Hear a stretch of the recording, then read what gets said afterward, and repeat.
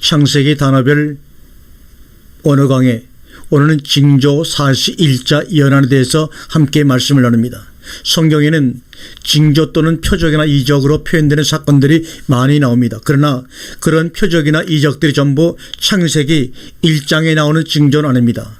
성경에 나오는 이적들 중에는 단회적인 사건들이 대부분입니다. 그때 그 상황에서 일으킬 수밖에 없는 그런 이적들이 대부분입니다. 그러기에 그들은 이적을 매우 좋아했습니다. 그들을 향해 주님은 악하고 음란한 세대가 표적을 구한다고 책망하셨습니다. 실로 주님처럼 많은 표적을 행하신 분도 없지만 또한 주님처럼 표적을 싫어하신 분도 없습니다. 왜 그러셨냐 하면 참 이적이 있기 때문입니다. 혹시라도 당신이 행하신 표적들이 참 이적의 의미를 훼손하지 아니할까 함 때문이었습니다. 그 참 이적이란 오늘 공부할 창세기 1장 14절의 징조들입니다. 창세기 1장 14절에서 하늘의 궁창 안에 있는 광명들에게 세 가지 할 일을 말씀하십니다. 하늘의 궁창 안에 있으면서 첫 번째는 그 낮과 그 밤 사이를 구분하라. 두 번째는 징조와 사시와 일자와 연한을 이루라. 세 번째는 땅 위를 비추라는 것입니다. 이 세 가지의 사명을 줬습니다.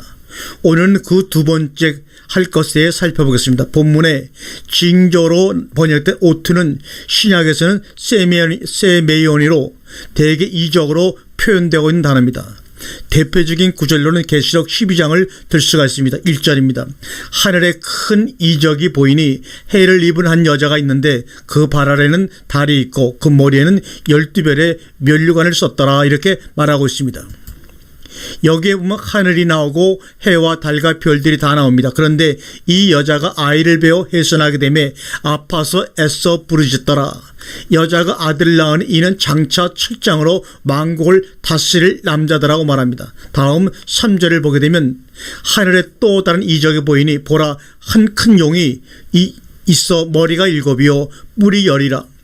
그 여러 머리에 7 면류관이 있는데 용이 해산하려는 여자 앞에서 그가 해산하면 그 아이를 삼키고자 하더니 그 아이를 하나님과 그 보좌 앞으로 올려갔더라, 이렇게 얘기합니다. 그러므로 그 아이를 삼키고자 했던 용의 계획은 실패로 돌아가고, 그리고는 여자는 광야로 도망하여 1260일 한때 두때 반때 양육을 받고 하늘에서는 미가엘과 그의 군대와 용과 그의 군대가 전쟁을 벌여 용이 참패하게 되고 드디어 하늘에 있을 곳이 없어 땅으로 내어 쫓겨 남자를 낳은 여자를 핍박합니다. 어떻게 해요? 요한계시록 12장 15절 보니까 여자의 뒤에서 뱀이 그 입으로 물을 강같이 토하여 여자를 물에 떠내려가게 하려 하되, 그러나 그때 땅이 여자를 놓아 그 입을 벌려 용의 입에서 토한 강물을 삼킨다고 계시록 12장 16절에 말씀하고 있습니다. 또 용은 실패합니다. 그러자 용이 여자에게 분노하여 돌아가서 그 여자의 남은 자손 곧 하나님의 계명을 지키며 예수의 증거를 가진 자들로 더불어 싸우려고 바다 모래에 섰더라고 17장에 말씀하고 있습니다. 그 여자의 남은 자손 곧 하나님의 계명을 지키며 예수의 증거를 가진 자들입니다. 이들이 누구입니까? 이들이 바로 창세기 1장에 나오는 징조들입니다. 보라, 나와 및 여호와께서 내게 주신 자녀들이 이스라엘 중에 징조와 예표가 되었나니 이는 시온산에 계신 만군의 여호와께로 말미암은 것이라고 이사야 8장 18절에 말씀하고 있습니다. 이들은 또한 계시록 14장 1절에 말하는 또 내가 보니 어린 양이 시온산에 섰고 그와 함께 14만 4천이 섰는데 그 이마에 어린 양의 이름과 그 아버지의 이름을 쓴 것이 또다라고 말합니다. 이들이 누군가 하면 계시록 7장 3절에 가로되 우리가 우리 하나님의 종들의 이마에 인치기까지 땅이나 바다나 나무나 해야지 말라 하더라 라고 말씀하고 있습니다. 이들뿐이겠습니까? 또 있습니다. 바로 계시록 7장 9절과 17절까지의 말씀입니다. 좀 길지만 읽겠습니다. 이르에 내가 보니 각 나라와 족속과 백성과 방언에서 아무라도 능히 실 수 없는 큰 무리가 흰옷을 입고 손에 종려가지를 들고 보좌 앞과 어린 양 앞에 서서 큰 소리로 외쳐 가로되 구원하심이 보좌에 앉으신 우리 하나님과 어린 양에게 있도다 하니 장로 중에 하나가 응답하여 내게 이르되 이 흰옷 입은 자들이 누구며 또 어디서 왔느냐? 내가 가로되 내 주여 당신이 알리다 하니 그가 날더러 이르되 이는 큰 환난에서 나오는 하는 자들인데 어린 양의 피에 그 옷을 씻어 희게 하였느니라.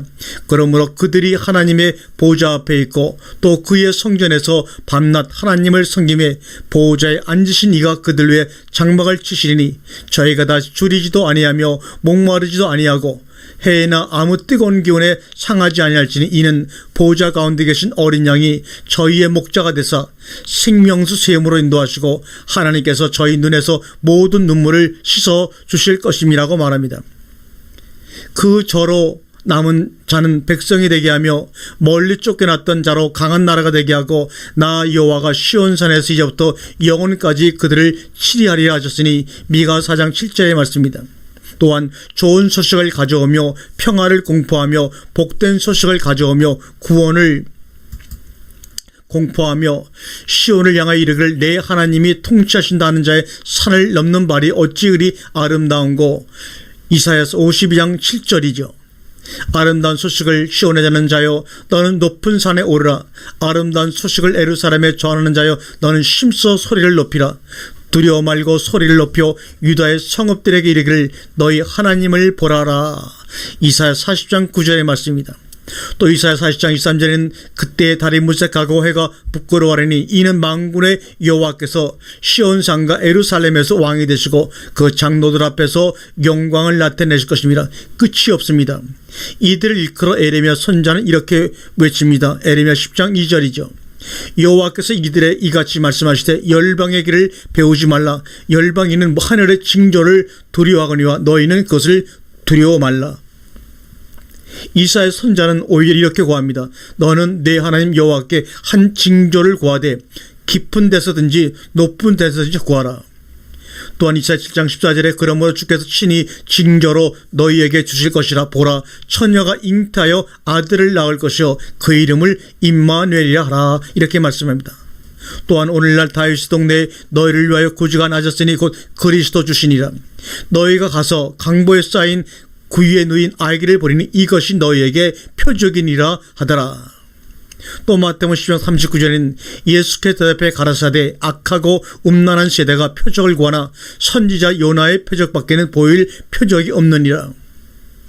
요나가 니느웨 사람에게 표적이 됨과 같이 인자도 이 세대에 그러하리라.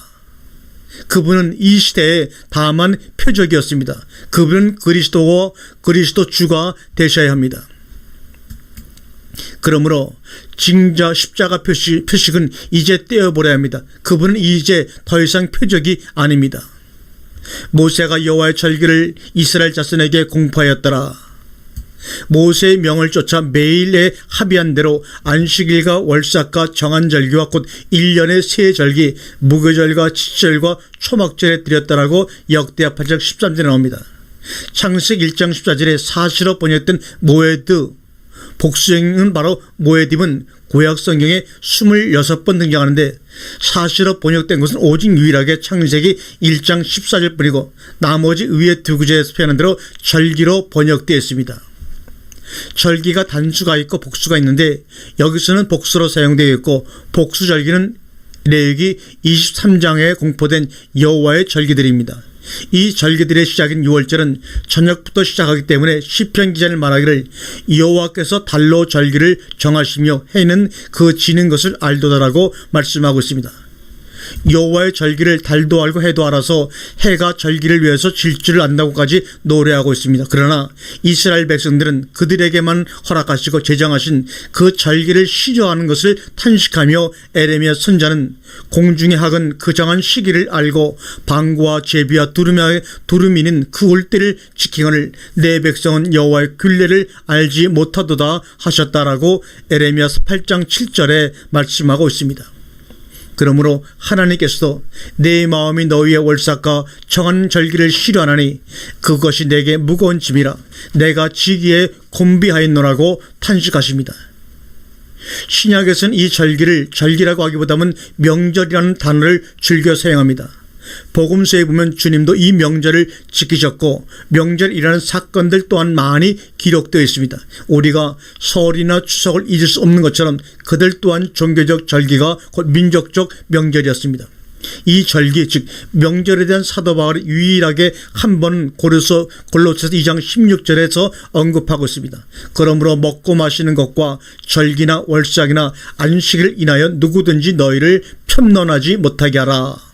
그러나 신약에서 진정한 의미의 절기나 명절에 대한 것은 이러한 종교적인 절기보다는 때 즉 타임으로 많이 언급되고 있습니다.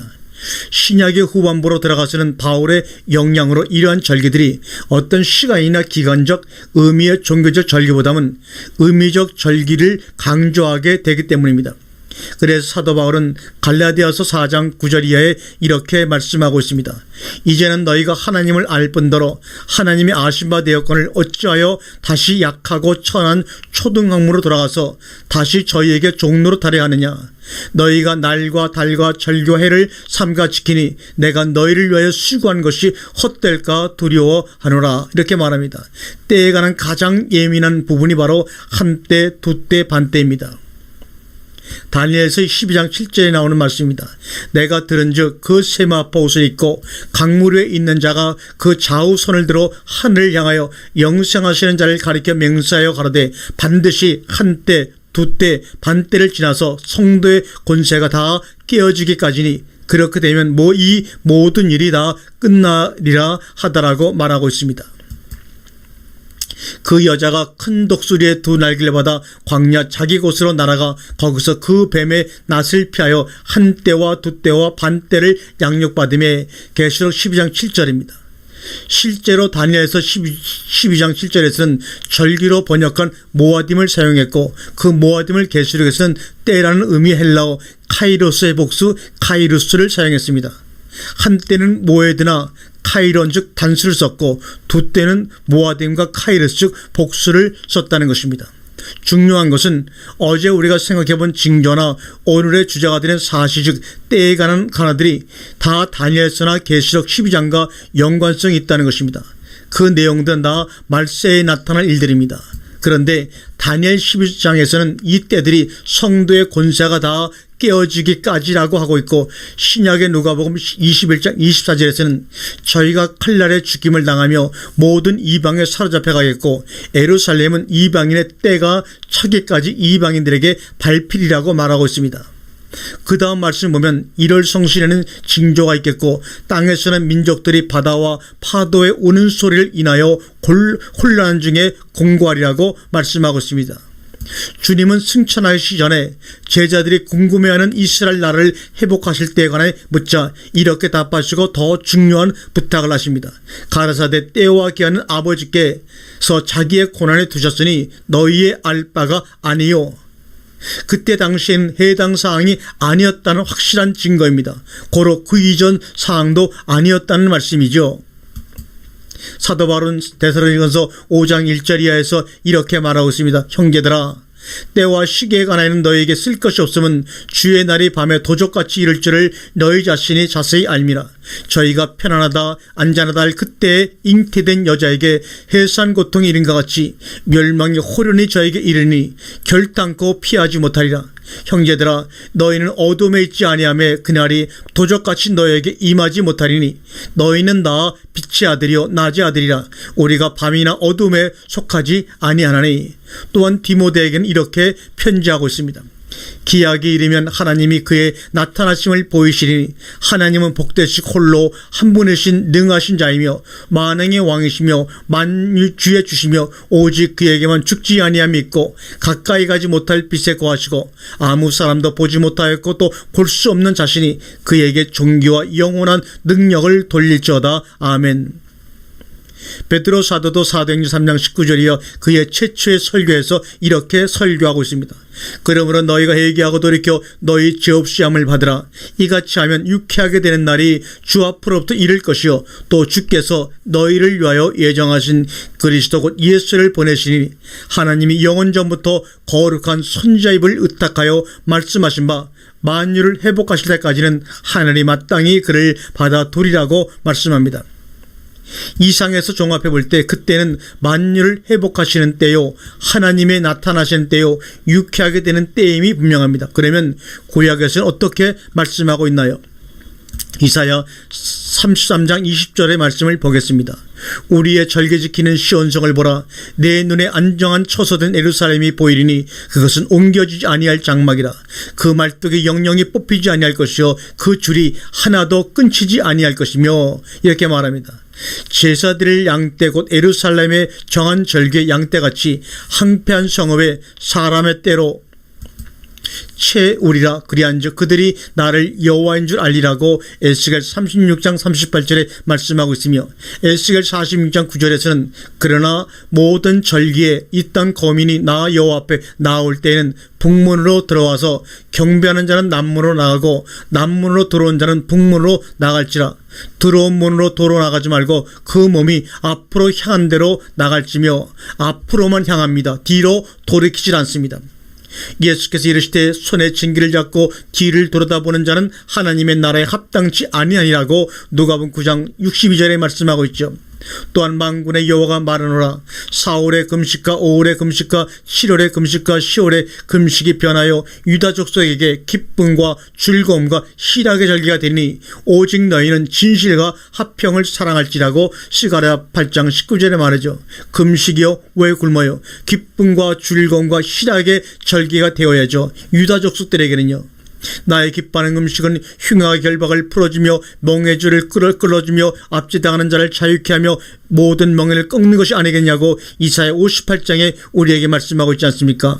한때 두때 반때가 무엇을 말하는 것이냐고요? 그거 우리한테 해당되는 것 아닙니다. 그러나 성령이 밝히 말씀하시기를 후일에 어떤 사람들이 믿음에서 떠나 미혹해하는 영과 귀신의 가르침을 쫓으리라 하셨으니 자기의 양심이 하인맞아서 외식함으로 거짓말하는 자들이라고 말합니다. 그러면 우리는 어떻게 해야 합니까?